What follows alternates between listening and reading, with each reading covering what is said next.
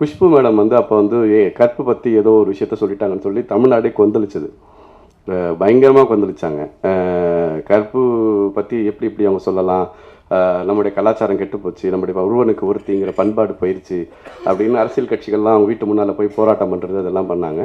அப்போது நான் பத்திரிகையாளராக ஒரு கட்டுரை எழுதுனா ரொம்ப கவனம் பெற்றேன். அந்த ஸ்டீரியோ டைப்பை உடைக்கணும்னு எனக்கு தோணுச்சு. அப்போ தான் எனக்கு ஒரு புள்ளி உரம் கிடச்சிது.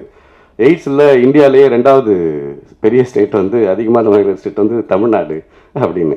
நீங்கள் கற்பு கலாச்சாரம் ஒருவனுக்கு ஒருத்தின்னு இவ்வளோ பேசுகிறீங்களே, அப்புறம் ஏன் எய்ட்ஸில் 2வது இடத்துல இருக்குது அப்படிங்கிற அது ஒரு புள்ளி உரத்தோடு சேர்த்து நம்முடைய ஸ்டீரியோ டைப்பான இருக்கிற கருத்துக்கும் யதார்த்தத்தில் நம்ம எவ்வளோ விலகி இருக்கோம். உண்மையாகவே நீங்கள் உங்களுடைய ஸ்டீரியோ டைப்பான கருத்துக்கு இப்போ பெண்களை நீங்கள் கடவுளாக மதிக்கிறது சொல்கிறீங்கன்னா அதே மாதிரி நீங்கள் மதிச்சிங்கன்னா பரவாயில்ல. ஆனால் அதை எண்ணத்துக்கும் செயலுக்கும் இடையில் ஒரு பெரிய இடைவெளியை வைப்போம். அதுதான் ஸ்டீரியோ டைப்பினுடைய பிரச்சனை.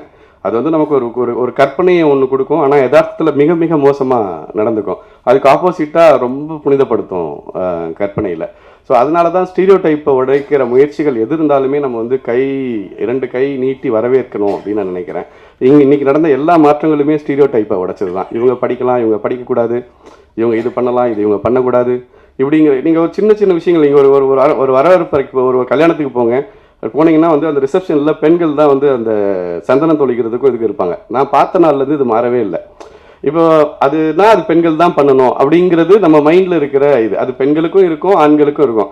அது அந்த இடத்துல 2 ஆண்கள் நின்னா என்ன குடிமுடிக்கு போயிருமா அப்படின்னு நான் யோசிப்பேன். இல்லை இந்த உலகம் அழிஞ்சிருமான்னு யோசிப்பேன். ஆனால் அது நடக்கவே நடக்காது.